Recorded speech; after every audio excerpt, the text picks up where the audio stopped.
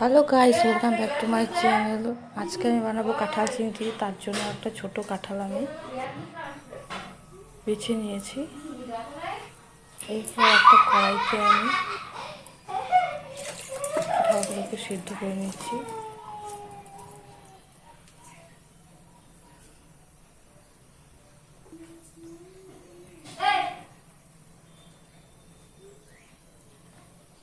এরপর এদিকে আমি চিংড়ি মাছগুলোকে বেছে নেব,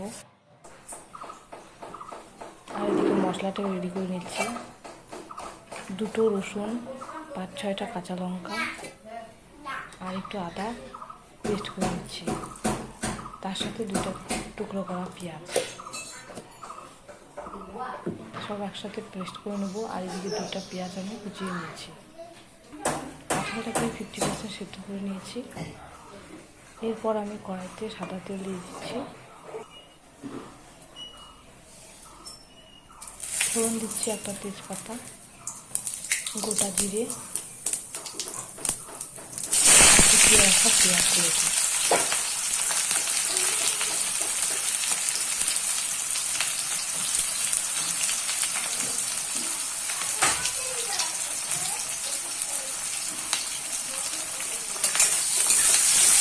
পেঁয়াজটাকে লাল করে ভেজে নেব।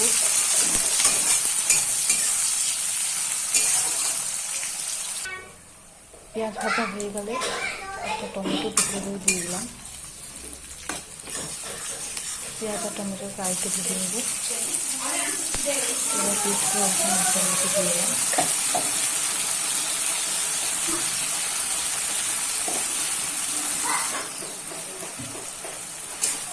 সবগুলো ভালো করে নাড়াচাড়া করে নেব।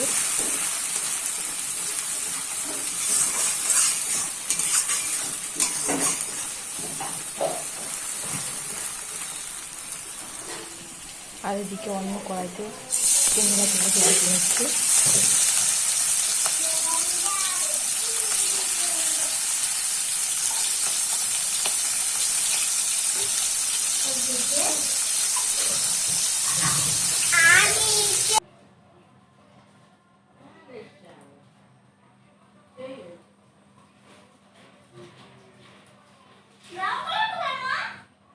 আর এদিকে মশলাগুলোকে প্রায় কষানো হয়ে আসছে।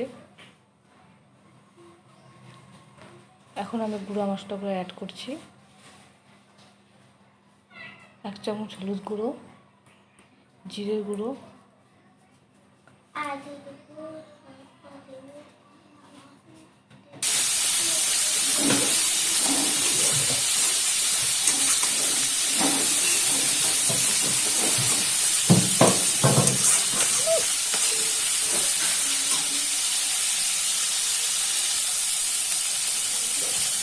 এখন আমি দিলাম সবজি মশলা, আর একটু কষিয়ে নিচ্ছি।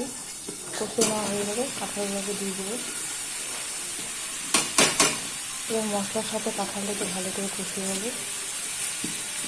এখন আমি লবণ দিয়ে দিচ্ছি, 2 চামচ লবণ দিলাম।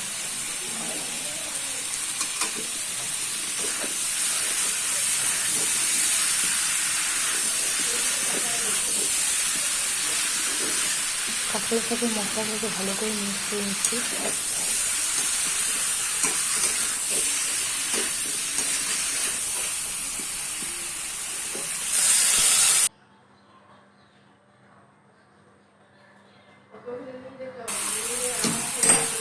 মিক্স করা হয়ে গেছে। এখন আমি ঢাকনা দিয়ে ঢেকে কিছুক্ষণ রান্না করব।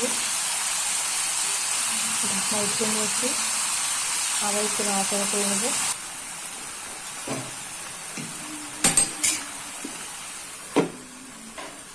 আরেকটু ঢাকনা দিয়ে আরেকটু রান্না করে নিলাম। এখন আমি দিয়ে দেবো জল। কাঁঠালগুলো ভালোভাবে কষানো হয়ে গেছে।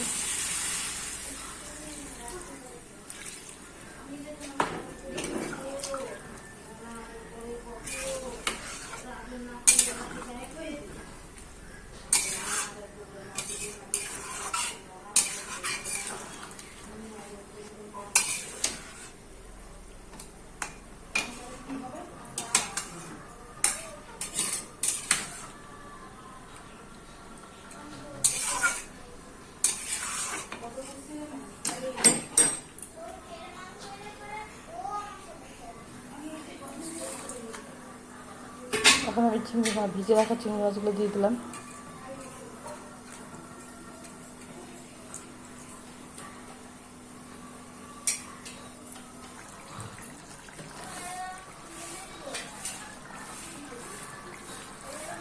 ঝোল ফুটে উঠেছে,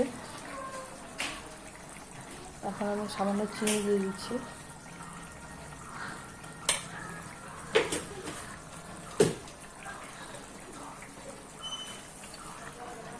এরপর দেবো 1 চামচ গরম মশলার গুঁড়ো,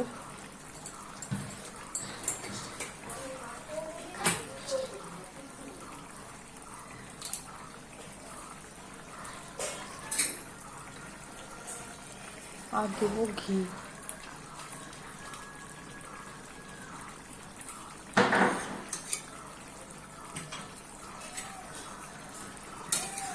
আর একটু নাড়াচাড়া করে নেব।